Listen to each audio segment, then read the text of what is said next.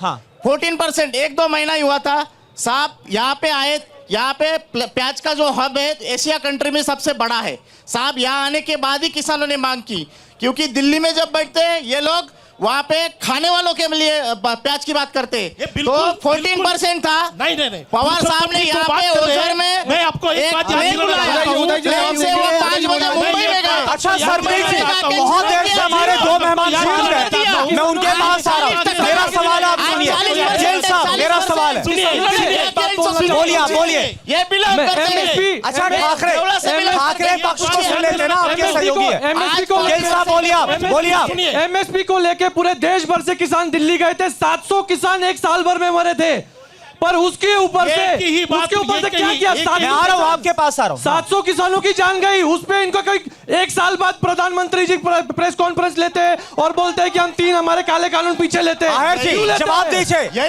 आप अब गठबंधन में जवाब दीजिए। सुन लेते हैं ना एक एक करके, हमारे मित्र उनको भी सुनना जरूरी है। शरद पवार साहब के पूरे इस पे सबसे ज्यादा खुदकुशियां किसानों ने की है। मैं ये बात आपको याद दिलाना चाहता हूँ इस मंच से। ये यही नासिक जिला है जिस नासिक जिले से शरद पवार जी पर कांग्रेस के किसानों ने प्याज बरसाए थे। ये यही नासिक जिला है। ये क्या बात कर रहे हैं? ये क्या बात कर रहे हैं? ये किसानों के 6 महीने पहले इनके भाषण देखिए, 6 महीने पहले पवार साहब की तरफ से भाषण कर रहे थे। चलिए हम अगले मुद्दे का रुख कर रहे हैं। चलिए ठीक है, किसानों पर किसने क्या किया? आप कुछ बोल रहे हैं, फिर मैं अगले मुद्दे पर। यहाँ जवाब सुनिए, वो कुछ बोल रहे हैं, वो खुद एक किसान है, बोलिए। हमारा नल का बाजार बंद करो, सीधी बात सुनो। ये जो किसानों की बात है, किसानों के लिए शरद पवार साहब ने क्या किया है? 70,000 कोटी का कर्ज माफी दिया है।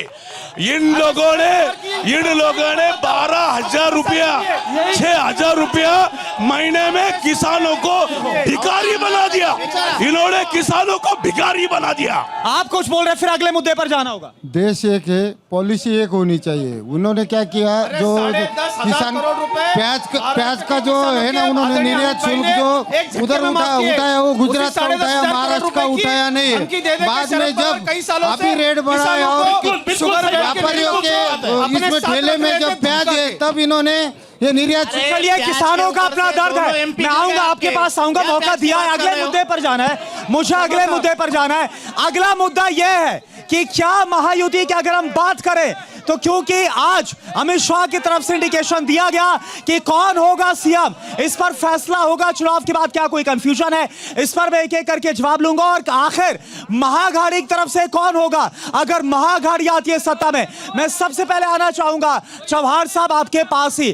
क्या कोई कंफ्यूजन है? क्योंकि अभी तो आपने एकनाथ शिंदे को मुख्यमंत्री बनाया है, लेकिन क्या अभी कोई कंफ्यूजन है कि अगर आप सत्ता में आते हैं तो कौन होगा मुख्यमंत्री? शर्मा साहब, एक बात TV9 भारतवर्ष के माध्यम से पूरे भारत देश को मुझे बतानी है। सुन लेते हैं। प्लीज संयम रखिए, करोड़ रुपए संयम रखिए, मैं आ रहा हूं। झटके में संयम रखिए, ऐसे नहीं, संयम और महाराष्ट्र के किसानों को पीछे एक तरीके से ऐसे नहीं होगा, काम किया। शो ऐसे आगे नहीं बढ़ पाएगा। चीज लेकर के शरद पवार जी 10 सालों से किसानों को एट रहे। आप लोग संयम रखिए। मैं आपके पास तभी आऊंगा जब आप नीचे बैठेंगे। मैं आपके पास तभी आऊंगा जब आप नीचे बैठेंगे। आप कोई झगड़ा मत करिए, प्लीज संयम रखिए। आपके मुद्दों पर बात होगी, आप बताइए, आप जवाब दीजिए। क्या कोई कंफ्यूजन है? देखिए बिल्कुल, आप अपने नेता की बात सुनिए।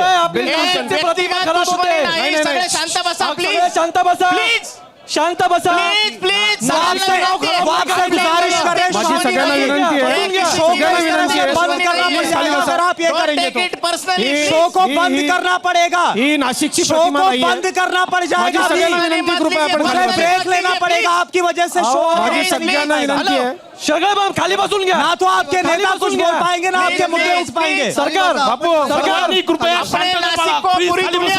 प्लीज महायुतीच्या सर्व कार्यकर्त्यांनी कृपया शांतता पाळा, खाली बसून घ्या प्लीज, सगळे शांत बसा। आपल्या शहराचं नाव आप नेताओं को सुनिए, आपसे गुजारिश कर रहे हैं। मैं आऊंगा आपके पास, मैं आऊंगा आपके पास, आप सीट पर बैठिए। नहीं, मैं यहीं रहूंगा। अगर आप लोग उठे तो मैं यहीं रहूंगा। शांत हो जाएंगे।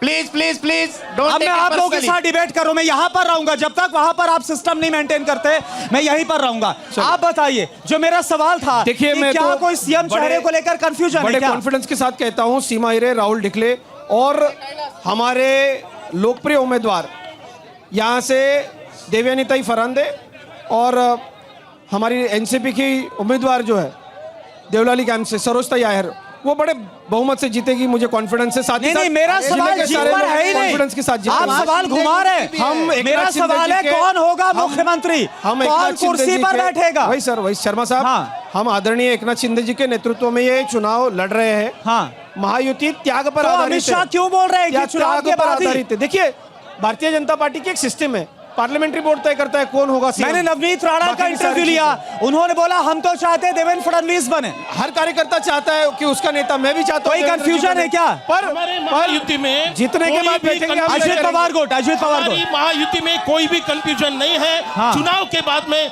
जैसे हमारे अजित दादा ने कहा है, चुनाव के बाद में बैठ के सब फैसला तय करेंगे कि महाराष्ट्र का सीएम कौन होगा। लेकिन ये बात फिक्स है कौन कि होगा, महाराष्ट्र कौन का होगा? CM अगर आप जीते- महायुति का ही होगा। महायुति का। ये बात यानी अभी fix भी है। clear नहीं है। महायुति का सीएम होगा, बिल्कुल महायुति ये का बात CM fix है। यानी आप बहुत गोलमोल बोल रहे अरे हैं। नहीं, आप बताइए, आप बताइए, बड़ा गोलमोल बोल रहे हैं। वो गोलमोल बोल रहे हैं क्योंकि उनको पता है कि उनकी सरकार गिरने वाली है, और ये क्या बोल रहे हैं? इनकी सरकार गिरने वाली है। 100% इतना गिरने वाली है। confidence कैसे इतना आपके अंदर? कॉन्फिडेंस ऐसा है कि अरे उनमें तो उद्धव साहब, सुन लेते हैं ना, सुन लेते हैं। उद्धव साहब, पवार साहब और पाटोले साहब कांग्रेस के नेतृत्व में एक बहुत अच्छी सरकार बनने वाली है। और हमारे जो नहीं नहीं, नेता- देखो ये तो सब कोई बोलता है चुनाव से पहले,